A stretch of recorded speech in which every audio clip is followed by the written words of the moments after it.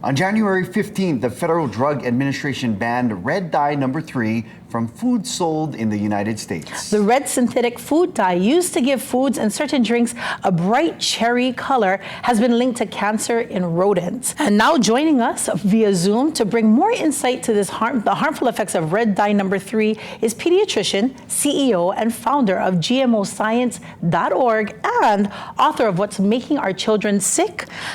This is Dr. Michelle Perro. Yeah. Yes. Aloha, doctor. Thank you so much for joining us. So delighted to be here, and I wish I was there in person. Dr.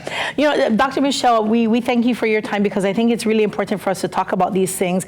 Can you please share with us some of the harmful effects of not just red dye 3, but I believe that there are other colors, the blue, the yellow, all of these synthetic dyes in our foods? Absolutely. We've been trying to get these dyes out of our kids' food products for decades. Not a new issue. However, what is a bit concerning is that the FDA didn't take it a little bit further and say, why not the other red dye, number 40? And these dyes, there are 7 in total, synthetic dyes, are linked not just to cancer called carcinogens, but they are neurotoxicants, meaning they affect our kids' development, neurodevelopmental issues such as the explosion in the U.S. of ADHD, hyperactivity in children.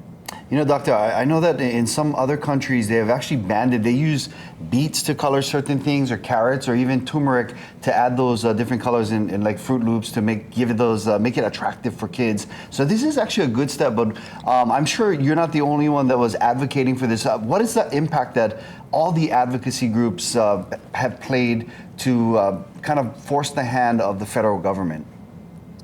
Excellent question. No doubt that consumer pressure has pushed the FDA in this regard. This would not be the first time that consumer groups, which have studied everything from school lunch to infant formula, that was us, Girl Scout cookies, that was our most recent one.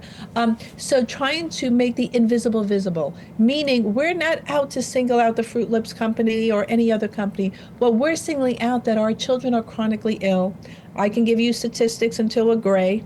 Notice a little bit of gray color in there to show that what's making our children sick are these ultra-processed foods and these colorants, sometimes palatants, things that make things taste good. But the color dyes are a no-brainer because, as you aptly stated, we have so many beautiful colors in nature. Beets, not the GMO ones, please. Turmeric, my favorite, super healthy, an immune booster. There's so many other things we can do. But why we have to entice kids to eat an ultra-processed food where the color is concerning in itself. And we totally agree, Dr. Michelle. In fact, I'm no scientist. Davey is not a scientist, but we're consumers and we want our families to be able to eat healthy. We got red dye 3 off, but there's so many other synthetics and other things that are out there. What can we as consumers do to help make these changes so that we're having cleaner, healthier, more delicious food available to us? Bravo, consumer activism. I love it. We are citizen scientists. Well, there are things we can do. We have spending power. Believe me, those companies are looking where you spend your dollars. And here's a shout out to ladies, because the average household, 85% of the budget is spent by the gals. That would be me, ask my husband. So we have pressure that we can put on the manufacturers to make a better product. However, that is not enough. It should not be up to the maker of these products to have to take charge, fox guarding the hen house. I have chickens. I love that analogy. But we need to say larger governmental regulation from the organizations that we pay taxes to regulate these big companies, these big corporations, to do their job, to regulate and eliminate those things that are hurting our children. This is not new science.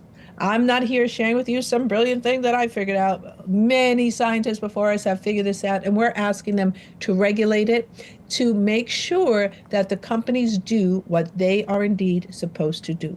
Dr. Michelle Perro is a pediatrician, CEO and founder of GMOscience.org, and author of What's Making Our Children Sick. Dr. Michelle, thank you so much for joining us. My pleasure, and happy eating.